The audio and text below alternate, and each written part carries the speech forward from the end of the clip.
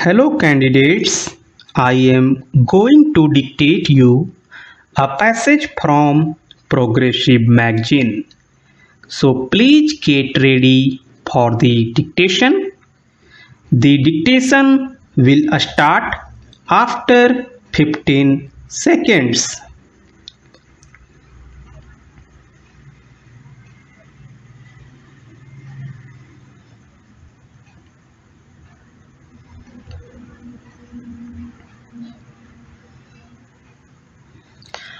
I am honored to be associated with this ceremony to lay the foundation stone of Jawaharlal Nehru Bhavan.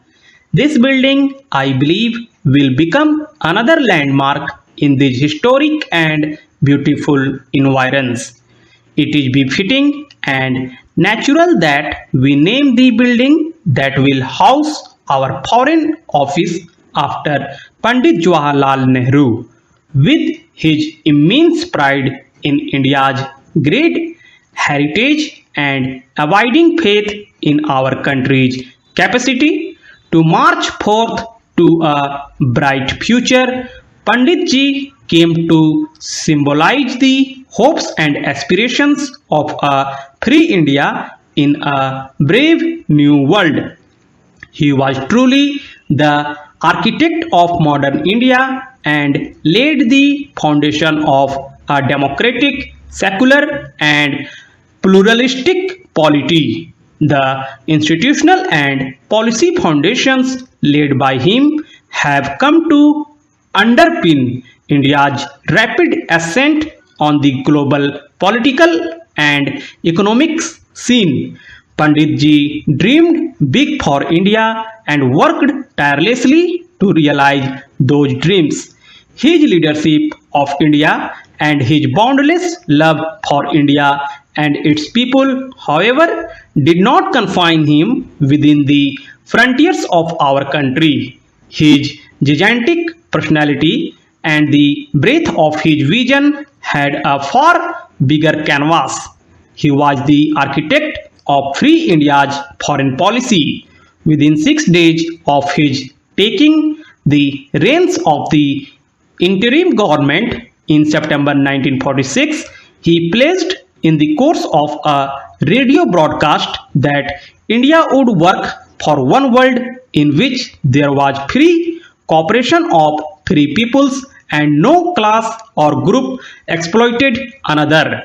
Addressing the Constituent Assembly on the night of August 14, 1947, when his thoughts were focused predominantly on India and her future, Pandit ji's commitment to humanity at large came out clearly when he said that his dreams are not just for India but they are also for the world as a whole. All the nations and peoples are too closely knit together today for any one of them to imagine that it can live apart.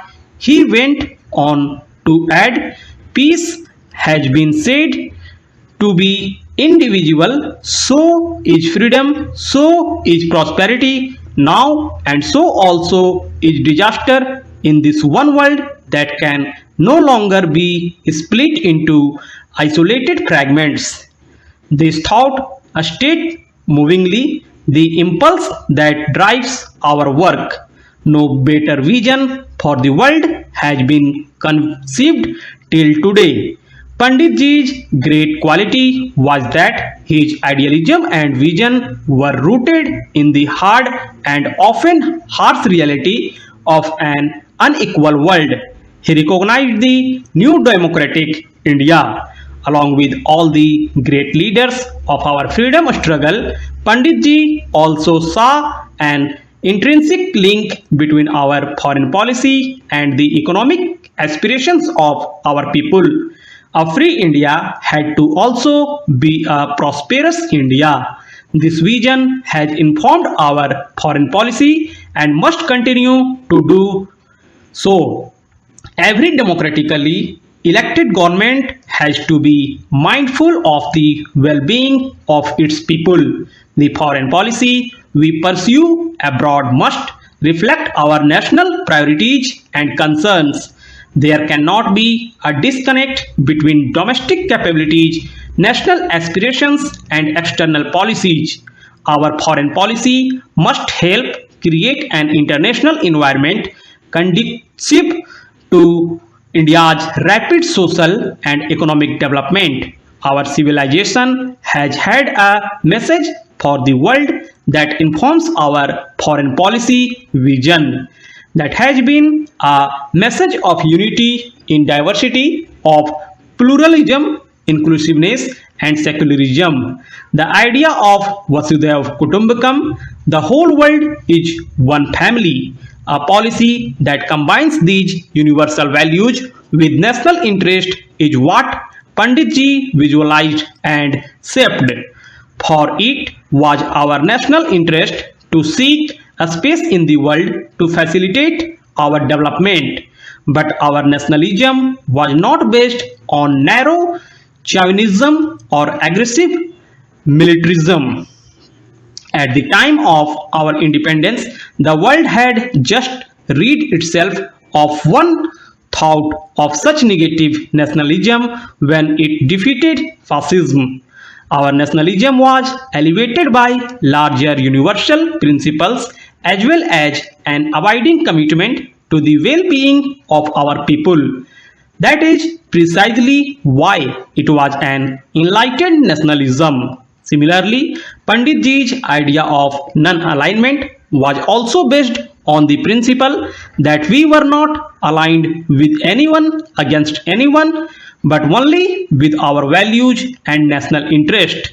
Non-alignment was neither an empty slogan nor a pretext to shirk the responsibility to define our own worldview based on national interest. Indeed, non-alignment was an expression of our enlightened national interest and continues to be so when today. Even we have worked hard to create the space needed to have the freedom to make policy choices in an increasingly interdependent world that we live in. The means we adopt to pursue our enduring objectives of peace, national security, and development will, of course, change from time to time. They will have to be evolved in response to the changing realities of an ever-changing world. While the instruments of our policy and the tactics and strategy we adopt may change with time, the values in which they are based are universal and remain true for all time. Our diplomats are called upon to steer the course of India's foreign relations in an extremely complex global scenario. This what is called for here.